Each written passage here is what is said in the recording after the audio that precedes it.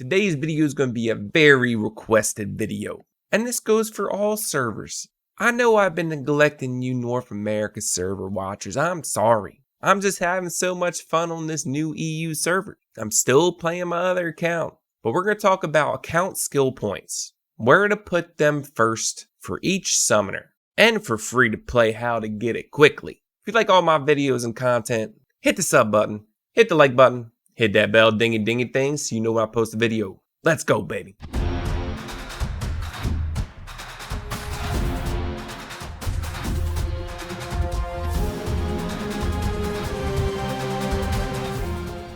Tip of the day. So ComToUs added a new feature when you support a party in raids, ruptures, whatever. Take advantage of this on the North America server or on the new EU servers. As you see at the bottom, there's a new leaf. That is that new beginner feature. So anytime a player goes into a dungeon, for the first 10 entries, they get this green leaf icon next to their name like I have it on right there. If you run a dungeon or a raid with anyone that has that leaf, you get extra rewards for, quote, carrying them. Now this is huge. For one in Rupture, the bonus is gold and sky stones. Also to mention, even if you've done your Rupture, or if you've already done your support in the raid or the Rupture, you won't get those rewards necessarily. However, you can still get the new player carry features bonus rewards. You can do this unlimited times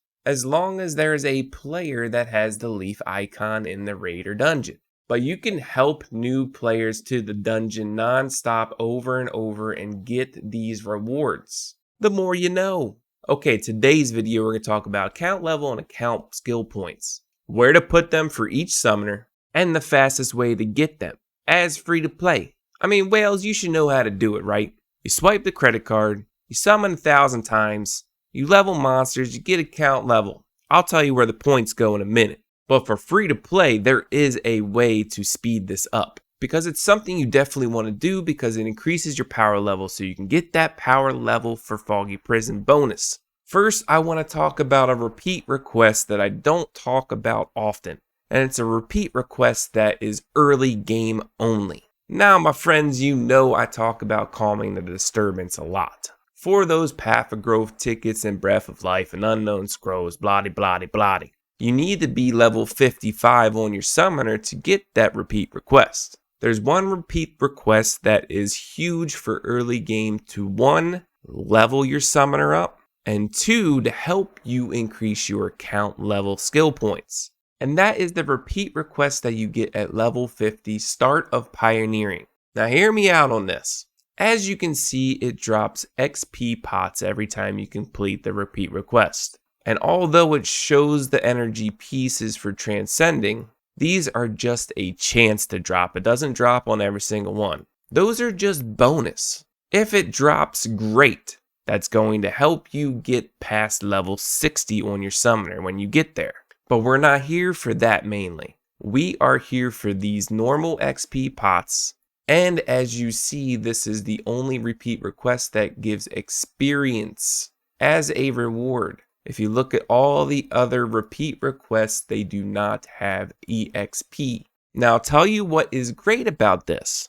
This helps you increase your account level. Not only that, but my CLEAF is now level 57, almost 58. And the faster you get to level 60, the faster you can equip a dark weapon because it requires level 60. This also increases your power level because every single weapon that you don't have currently equipped, 25% of the original effect is added to the power of your summoner. So as you can see, I have light staff equipped. If you look at my stats and I unequip it, everything goes down. So this repeat request, Start of Pioneering, will help you raise your summoner's level, has a chance to drop Transcendence pieces for when you hit level 60 to transcend. But because today's video is an account level guide, we're focusing on the EXP pots. I've talked about this before in the past, but as you can see, I am level 32 account level. Currently, I'm at 6,437 points. Now, what you do with these EXP pots is you level every single monster that you have summoned. Doing so will increase your account level. I went up 5 levels with Bulldozer, and as you see, my account level points go up. When you level a monster, 5 stars give more account points than 4 stars, and 4 stars give more account points than 3 stars. So if you just go down your list and just level every single monster you have, starting with 5 stars, 4 stars, and then 3 stars, what will happen is you will end up getting new account levels, as you see here. Count level 33, count level 34, count level 35, count level 36, and so on and so on. The more you do this, the more count skill points you get to increase your power level. You also get achievement rewards, obviously, which is nice. Happy Pi Day, by the way. March 14th, 3.14159 and a pi. So now what you're really here for is, where do you put your account skill points? This depends on the summoner and what monsters you have summoned and built. Now, the main thing with account points, every summoner is different, and you don't necessarily want to just go max out whole one side. What you are looking for are the end points.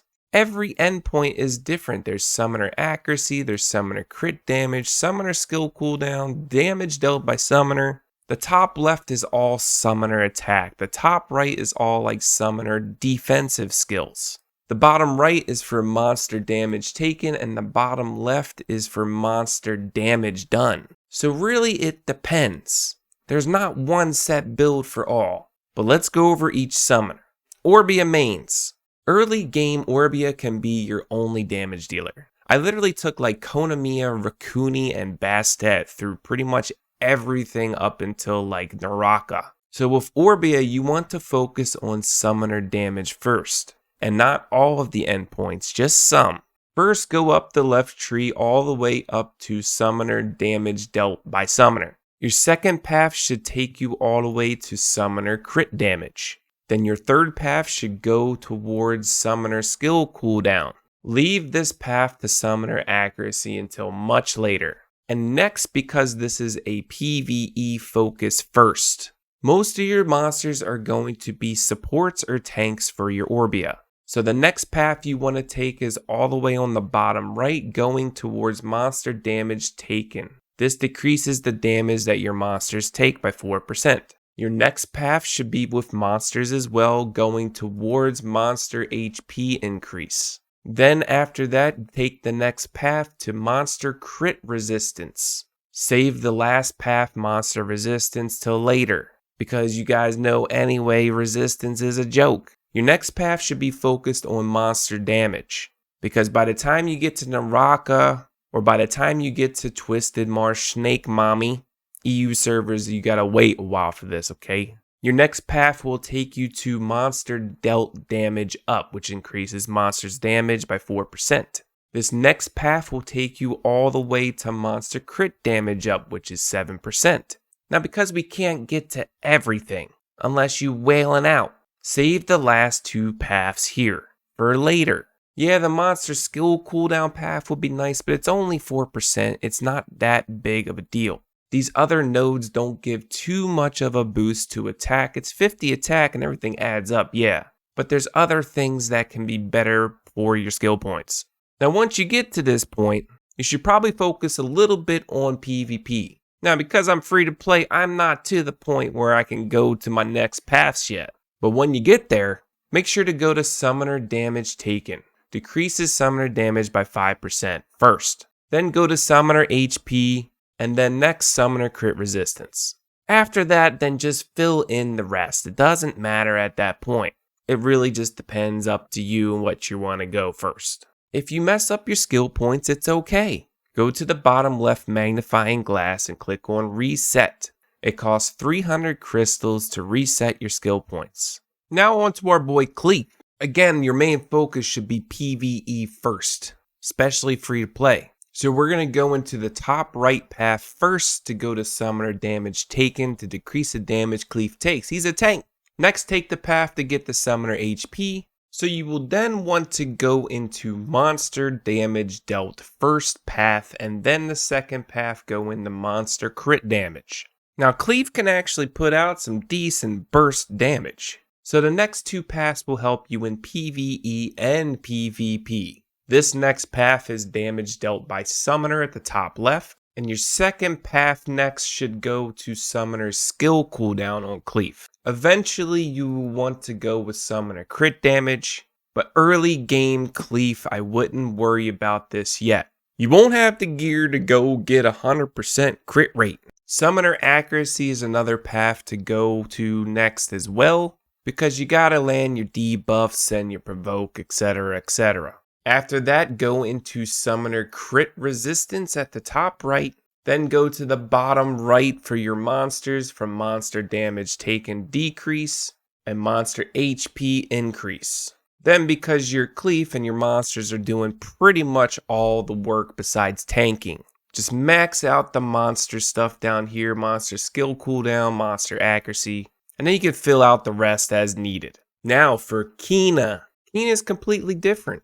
KINA is your support. She's supporting your monsters in your front line with heals, buffs, buff strips, etc, etc. And because our focus is PvE first, so the first paths for KINA is monster dealt damage and monster crit damage. The next paths would be at the bottom right, monster damage taken, and then the next path, monster HP. Next, I would go to the path that has Summoner skill cooldown, and after that, Summoner accuracy. This will help you boost your KINA skills, being able to use them more and be accurate with landing debuffs.